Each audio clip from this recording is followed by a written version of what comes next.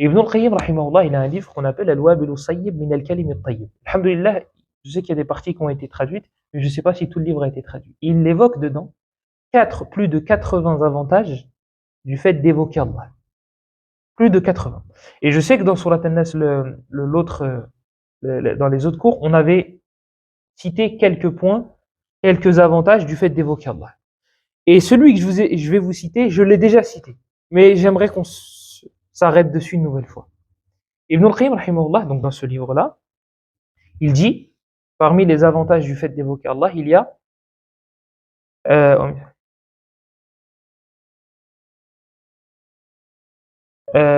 il dit qu'en fait, Allah va t'évoquer.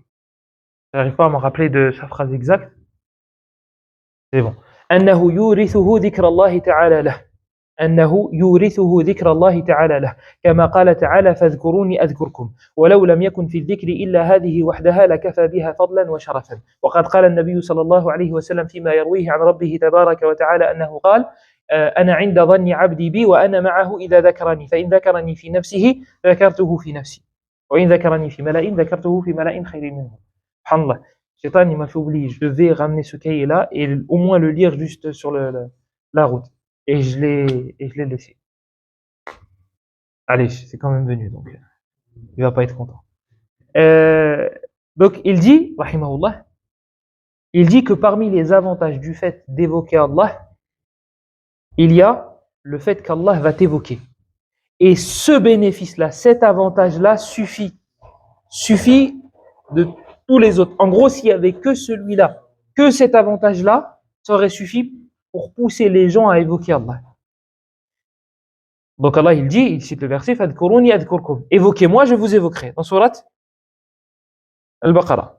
Dans Surat Al-Baqarah, fadhkuruni adhkurkum. Et Allah, il dit dans le hadith Qudsi, dans le hadith ilahi, Allah, que le prophète rapporte qu'Allah a dit, Ana inda dhanni abdi bi wa ana ma'ahu idha dhakarani. Je suis avec lui, je suis avec mon serviteur lorsqu'il m'évoque. Fa in dhakarani fi nafsihi dhakartuhu fi nafsi. S'il m'évoque en lui, je l'évoquerai en moi. Et s'il m'évoque dans une assemblée, je l'évoquerai dans une assemblée encore meilleure. L'assemblée des anges. Mais est-ce que vous imaginez 2 secondes je ne sais pas comment nous décrire, une goutte de sperme va être évoquée par le Seigneur des univers. Quand vous voyez la Terre, et vous voyez comment elle est petite par rapport au Soleil, par exemple, et à l'espace, et vous dites attendez, avant d'arriver à Allah, les anges, vous dites, mais attends, les anges, ça c'est ridicule à côté de... Il y a même un des récits de Banu Israël qui dit que Jibril alayhi salam, avec une aile, il peut englober la terre. Et il en a 600, les gars. 600. Une aile. Celui qui porte le trône, un des anges qui porte le trône, le prophète sallallahu alayhi wa sallam, il dit Udina li an uhaddithakum an malakin min hamalati al-arsh ma bayna shahmati udunihi ila atiqihi masiratu 700 sana. Il m'a été autorisé de vous parler d'un des anges qui porte le trône. Entre le lobe de son oreille et son épaule, il y a une marche de 700 ans. Ça, c'est une créature. Dans un des récits, il est venu que sa tête est auprès du trône, sachant que le trône est au-dessus des 7 cieux, au-dessus de la mer qui est au-dessus des 7 cieux. Donc sa tête est auprès du trône et son pied il est en dessous de la 7e terre. Ça, c'est une créature. Imagine-toi Allah. Stop, t'imagines pas Allah. Et dis-toi que lui, il t'évoque. Lui, là, il dit ton nom et il parle de toi en bien, sachant que tu lui désobéis jour et nuit. Tu as dit astaghfirullah, c'est grâce à lui que tu as dit astaghfirullah. Après le fait qu'il t'ait guidé vers astaghfirullah et qu'il t'ait fait dire astaghfirullah, donc il t'a fait penser à te repentir. Il t'a guidé vers le repentir, parce qu'il y a des gens qui pensent au repentir mais qui se repentent pas. Donc il t'a fait penser au repentir. Tu as fait le repentir, il t'a guidé vers ces 2 choses-là, il accepte le repentir, il t'aime parce qu'il aime les repentants, et en plus de ça, il t'évoque. Il parle de toi en bien. Aïe Rabb, quel Seigneur. Ubay ibn Ka'b, radiyallahu anhu, le prophète sallallahu alayhi wa sallam est parti le voir. Et il lui a dit, Allah m'a ordonné de te dire que tu devais me réciter Surat al-Bayyinah. Ubay ibn Ka'b, il lui dit, est-ce qu'Allah m'a nommé auprès de toi? Il a dit oui. Le prophète lui a dit oui. Ubay il réitère, il répète, il dit est-ce qu'Allah m'a nommé? Est-ce qu'Allah il a dit Ubay ibn Ka'b? Je lui ai dit oui. Et Ubay il commence à pleurer. Mais oui, c'est azim, c'est énorme. T'imagines? Là je te dis, Jibril il parle en toi, il parle de bien, il parle en bien de toi. Jibril, une créature parmi les créatures qui peut rien te faire, rien, sans l'autorisation d'Allah. Je dis il t'aime. Comment ça va te toucher? Là je te dis Abou Bakr il t'aime.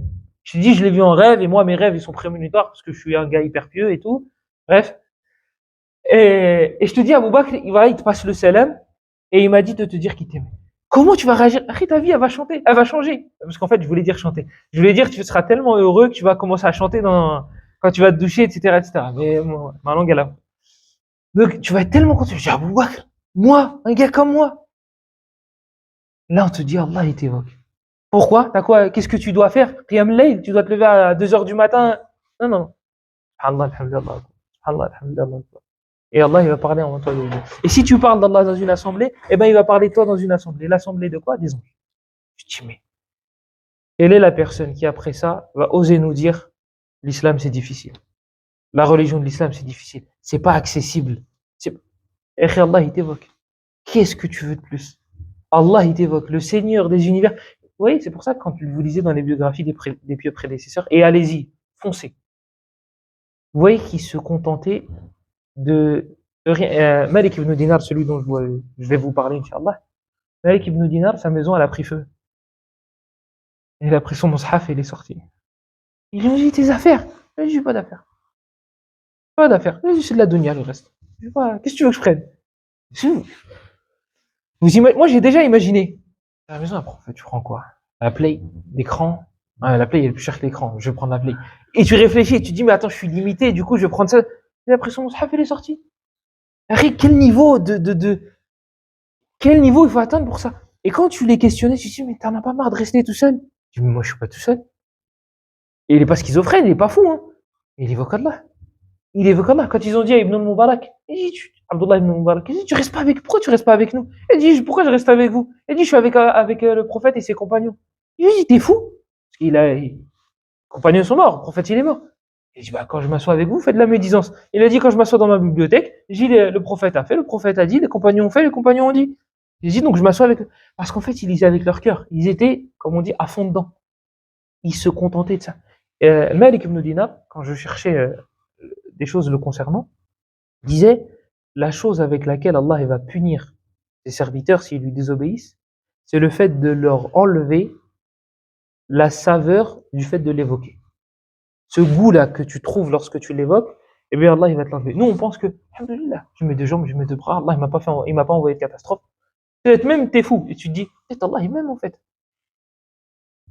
Alors que tu te rends même pas compte que t'es noyé dans ces punitions. T'arrives pas à te lever pour Qiyam al-Layl. La prière de la nuit, tu penses même pas, ça passe même pas par ta tête. Mais c'est une punition. Le fait de lever tes mains et de ressentir un bonheur lorsque tu les baisses, une fois que tu les as baissées parce que tu as vidé ton sac auprès d'Allah. Si tu n'as pas ça, mais c'est peut-être une punition aussi. Quand tu l'évoques, tu ressens rien. Allah, alhamdulillah, alhamdulillah, ça me fait des hasanat. Tu n'as que cette joie. Tu n'as pas un truc, comme Allah il dit, dans Surat Al-Ra'd.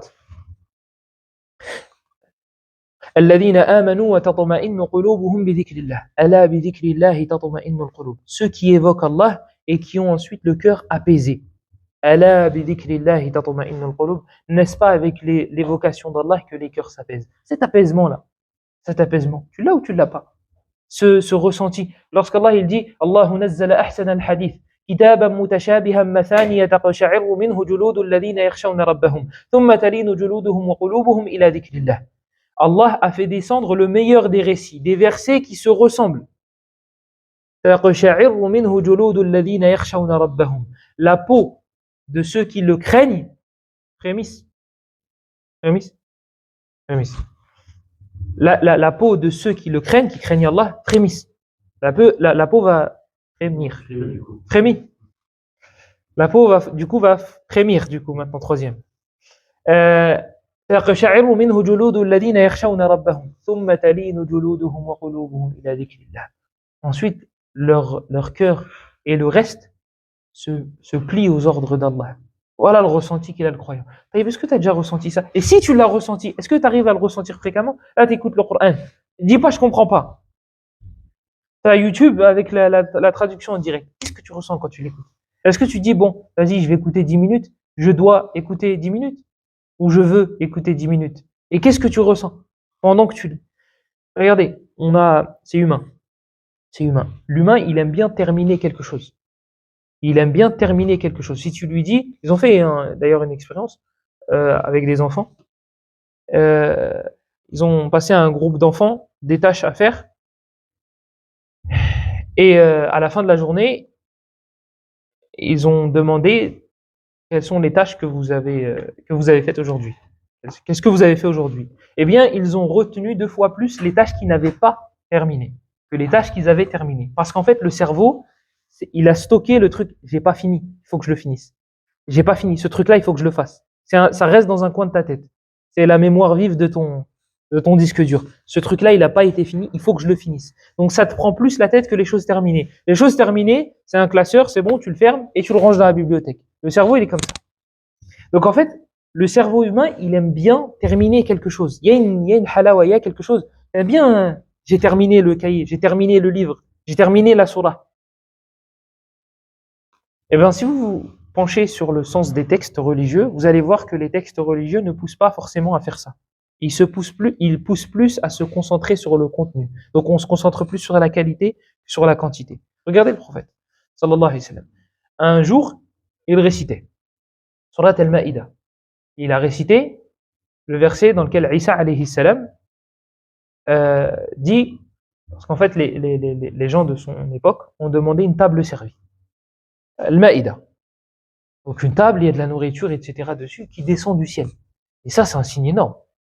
C'est pour ça qu'Allah il leur a dit, si vous croyez, si vous m'écroyez après cela, je vais vous châtier d'une manière, j'ai jamais châtié quelqu'un avant vous de cette manière-là. Si vous, parce que le signe, il est immense, le signe, il est énorme.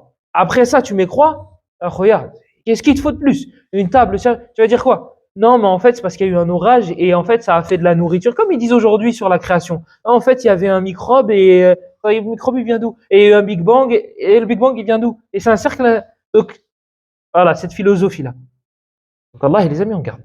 Et si je fais descendre une table, servie, et qu'après ça, vous m'écroyez, je vais faire descendre un châtiment. Je l'ai jamais fait goûter à quelqu'un avant. La table est descendue. Aïssa alayhi salam, qu'est-ce qu'il a dit? Parce qu'il a de la miséricorde pour son peuple. In tu'adhibhum fa innahum ibaduk. Wa in taghfir lahum fa innaka antal azizul hakim. Dis, si tu les châties, là, ce sont tes serviteurs. Tu fais ce que tu veux, ya Allah. Ça t'appartient. Et si tu leur pardonnes, ben c'est toi le puissant et le sage. Le puissant, tu es capable quand même de les châtier. Et c'est toi le sage. Tu mets la chose à sa place. Le prophète, il récite ce verset, il répète, et répète, et répète, et répète, et répète, et il pense à qui? À vous et moi. Ah oui, Aïssa, elle pense à sa communauté. Ça a tilté. Il dit, et moi, ma communauté. Et donc le prophète, au milieu de la nuit, il répète ce verset. Nous, ce verset-là, il est à la fin de Surat al-Ma'ida, la dernière page. Nous, qu'est-ce qu'on aurait fait? Arrivé à ce passage-là, alhamdulillah, j'ai bientôt fini Surat al-Ma'ida. Ah, alhamdulillah, masha'Allah, j'ai lu 20 pages ce soir. Le prophète, toute la nuit, il répète, il répète, il répète, il répète. Et qu'est-ce qu'il dit au bout d'un moment? Ya Rab, ummati, ummati. Il dit à Allah, ma communauté, ma communauté. Jibril alayhi salam, il a envoyé de la part d'Allah. Allah il dit à Jibril, va voir Mohammed et demande-lui qu'est-ce qu'il veut. Et Allah il sait avant même de demander. Jibril il descend, tu veux. Ma communauté, ma communauté. Je veux qu'elle soit sauvée le jour de la résurrection. Jibril il remonte et il dit à Allah, voilà, voilà. Allah il lui dit, va voir Mohammed. Et il dit lui, inna sanurdika fi ummatik wa la nasu'uk. Il dit, descend, va voir Mohammed et dis-lui, nous allons te satisfaire au sujet de ta communauté et nous allons pas t'attrister. Et il est descendu et il lui a dit, allez, ça pour vous dire, c'est quoi? C'est ce qui nous intéresse, nous, c'est terminer. Parce que le cerveau humain aime bien. Et j'ai fini ça, j'ai fini ça. Et nous, nos professeurs, ils avaient l'habitude de nous dire combien de surahs tu lis par jour. Quelle quantité de Coran tu lis par jour. Et nous, on est focalisé sur la quantité. Combien tu lis par jour? 20 pages. Combien tu lis par jour? 30 pages. Combien? Ça y est. Dans les 20 pages que tu as lues, quel est le verset qui t'a marqué? Quoi? Marqué? J'ai lu 20 pages, j'ai révisé. Non, non, non. Le verset qui t'a... Vous savez, Ibn Kathir, rahimahullah, le savant du tafsir, l'élève d'Ibn Qayyim et d'Ibn Taymiyyah, il ramène la biographie d'un savant. Il dit qu'il terminait le Coran une fois tous les 3 jours ou 7 jours, je ne sais plus. D'accord? Et il avait une khatma, donc ça c'était sa révision. Et il avait une autre clôture, euh, qui durait plus de 20 ans. En fait, il réfléchissait sur les versets. Donc en fait, il avait un moment où il récitait rapidement, récitait pour réviser, parce qu'il connaît 600 pages, il est obligé de réviser. Et il avait une autre façon de lire le Coran, c'était la réflexion sur les versets. Faites ça. Vous avez votre programme de lecture quotidien. Allez, on va être optimiste. On va dire on lit tous 20 pages minimum par jour. On va être optimiste. 20 pages par jour. Et ça, c'est la révision globale, c'est la lecture générale, etc., etc. Et chaque jour, notez un verset. Notez un verset, le verset que vous voulez. Et dites-vous, ce verset-là, je vais réfléchir sur son sens. Attention, hein, pas comme l'autre. Hein. Pas le cœur. Hein. Je vais regarder ce qu'Ibn Kathir il a dit. Et il a été traduit. Et j'ai une très belle édition d'ailleurs. Comme les gens ils aiment. Il n'y a pas ici. C'est noir et doré. C'est bien enjolivé. Si vous pouvez enjoliver l'intérieur des livres, comme ça les gens ils les ouvrent, eh ben, ce sera encore mieux. Je m'arrête sur un verset. Chaque jour, je vais essayer de méditer sur ce verset. Qu'est-ce que je peux tirer de ce verset-là? Qu'est-ce que les savants ont tiré de ce verset-là? Comment je peux faire pour mettre ce verset-là en application dans ma vie de tous les jours? Là, le verset, il ordonne quelque chose. Il me pousse à méditer sur quelque chose. Comment je peux en faire un quotidien? Mais pas un jour. Pas un jour. L'objectif, c'est que ça perdure. L'objectif, c'est que ça devienne quelque chose de quotidien. C'est pour ça que tu le fais 5 fois par semaine. Les 2 derniers jours de la semaine, eh ben, tu essayes de remémorer, de relire les 5 versets que tu as vus la semaine. Et comment tu les as appliqués et comment tu pourrais les appliquer toute ta vie. Imaginez-vous, on fait ça. Ça fait combien par mois? 5 fois 4. Ça fait 20 versets. Et on en fait un quotidien. Sachant qu'un verset, il peut changer toute ta vie, il peut te bouleverser, toute ta vie, il peut te la changer.